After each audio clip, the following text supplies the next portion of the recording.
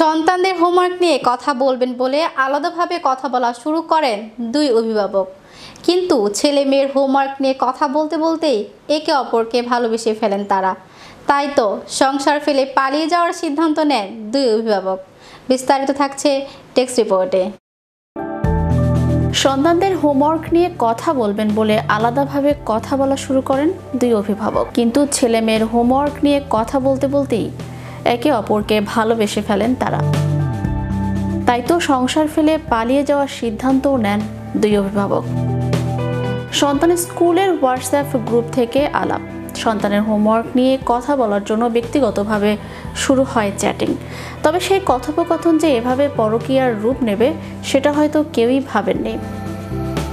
এভাবে দুই বিবাহিত পুরুষ ও নারী জড়িয়ে পড়েন প্রেমের সম্পর্কে। তারপর সংসার ছেড়ে সিদ্ধান্ত নেন পালিয়ে যাওয়ার। চীনের হেনান প্রদেশে ঘটে গেছে এমনই ঘটনা। জাং নামের 4 সন্তানের মা অবৈধভাবে পরকীয়ার সম্পর্কে জড়িয়ে পড়েন তারই সন্তানের এক সহপাঠীর বাবা ওয়েনের সাথে। অনলাইন ম্যাট্রিমনির মাধ্যমে সম্বন্ধ করে বিয়ে হয় জাংয়ের। দুজনেই ছিলেন বিবাহিত। দুজনের ছেলে মেয়ে একই স্কুলে পড়েন। ছেলেমেয়েরা যে স্কুলে পড়াশোনা করে সেই স্কুলের চ্যাট গ্রুপ থেকেই আলাপ হয় দুজনের। সন্তানদের হোমওয়ার্ক নিয়েই কথা বলতে শুরু করেন তারা। কিন্তু সেই কথোপকথন আর সন্তানদের হোমওয়ার্কের মধ্যে সীমাবদ্ধ থাকেনি, বরং তা ছড়িয়ে পড়ে তাদের ব্যক্তিগত জীবনের চাওয়া পাওয়ার জগতেও। একে অপরকে ভালোবেসে ফেলেন তারা। তাই সংসার ফেলে পালিয়ে যাওয়ার সিদ্ধান্ত নেন তারা। মধ্য চীনের হেনান প্রদেশে এই ঘটনাটি ঘটেছে। তরুণীর নাম জাং এবং তরুণের নাম ওয়েন। বিয়ের অনলাইন ঘটকালি সংস্থা থেকে বিয়ে হয়েছিল জাংয়ের। 4 সন্তান রয়েছে তার। কিন্তু বৈবাহিক জীবন সুখের ছিল না তার। বিয়ের পর শারীরিক এবং মানসিক হেনস্থার শিকার হতে থাকেন জাং। সে সম্পর্কে সুখী ছিলেন না তিনি।